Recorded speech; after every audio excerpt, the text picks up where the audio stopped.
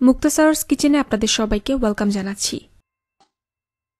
আমার আজকের রেসিপি আলু পরোটা। এটা খেতে খুবই মজা আর বানাতে একদম সহজ। আশা করি রেসিপিটি আপনাদের ভালো লাগবে। ভালো লাগলে আমার চ্যানেলটি সাবস্ক্রাইব করবেন, ভিডিওটি লাইক, কমেন্ট, শেয়ার করতে ভুলবেন না।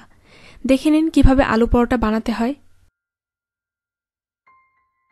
ডো তৈরি করার জন্য 2 কাপ ময়দা নিয়ে নিলাম। দিয়ে দিচ্ছি আধা চা চামচ লবণ, 1 টেবিল চামচ তেল। তেল, লবণ ময়দার সাথে মিশিয়ে নিব। এখন অল্প অল্প করে পানি দিয়ে ডো তৈরি করব।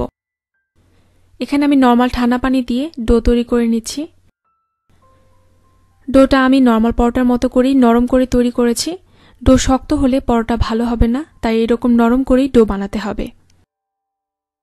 উপরে যেন ড্রাই না হয়ে যায়, তাই উপরে অল্প একটু তেল মাখিয়ে নিচ্ছি। আমি 20 মিনিটের জন্য ডোটাকে ঢেকে রাখব। এই ফাঁকে পরোটার পুর তৈরি করব। আলুর পুরের জন্য এখানে 400 গ্রাম সিদ্ধ আলু নিয়েছি। একটা কাঁটা চামচ দিয়ে আলু ভালো করে চটকে নিচ্ছি। একটা প্যানে আমি 1 চা চামচ তেল দিয়ে দিচ্ছি। তেল গরম হওয়ার পর 3 টেবিল চামচ পেঁয়াজ কুচি, 2টা কাঁচামরিচ কুচি দিয়ে দিলাম। কিছুক্ষণ ভেজে নেব। এখন চুলার হিট একদম কমিয়ে রেখেছি। আধা চা চামচ টালা শুকনা মরিচের গুঁড়ো, টালা জিরার গুঁড়ো আধা চা চামচ, লবণ স্বাদ মতো আর ধনে পাতা স্বাদ মতো দিয়ে দিলাম।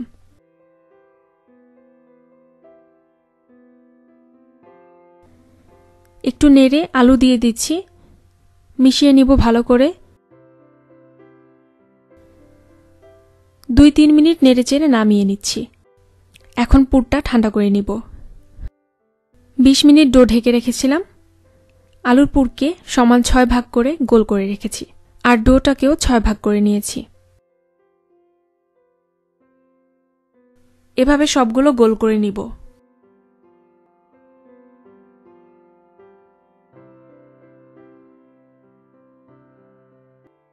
এখন পরোটা বেলে নিব।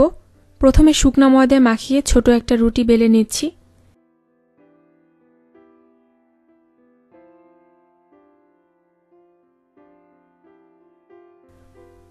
এবার এর ভিতর আলুর পুর দিয়ে দিলাম। ভালো করে মুখটা এভাবে বন্ধ করে দিব, যেন বেলার সময় পুর বের না হয়ে যায়। আর এই পরোটায় আলুর পুরটা একটু বেশি পরিমাণে দিলে বেশি মজা হয়। গোল করে নিব। একটু চেপে চেপে পুরটা সব সাইডে ছড়িয়ে দিচ্ছি।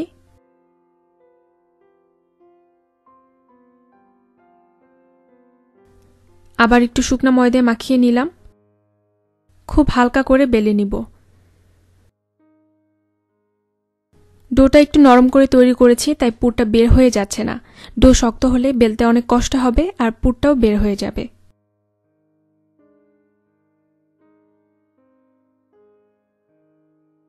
যেহেতু ভিতরে পুর আছে, তাই এটা একটু এরকম মোটা হবে। এভাবে আমি বাকিগুলো বেলে নিব। পরোটা ভাজার জন্য তাওয়া গরম করে নিয়েছি। একটা পরোটা দিয়ে দিলাম। চুলা মিডিয়াম হিটে রেখেছি। 30 সেকেন্ড পর উল্টিয়ে দিচ্ছি।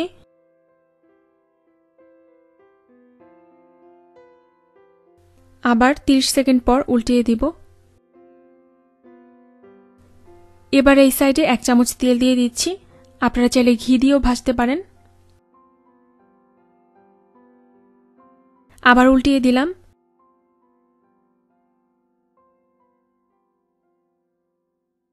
এই সাইডেও 1 চামচ তেল দিয়ে দিব।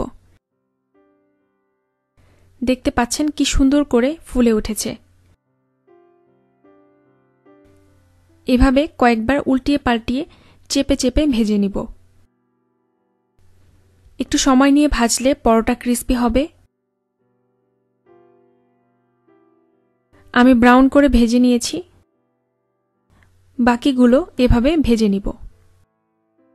তৈরি হয়ে গেল দারুণ স্বাদের আলু পরোটা।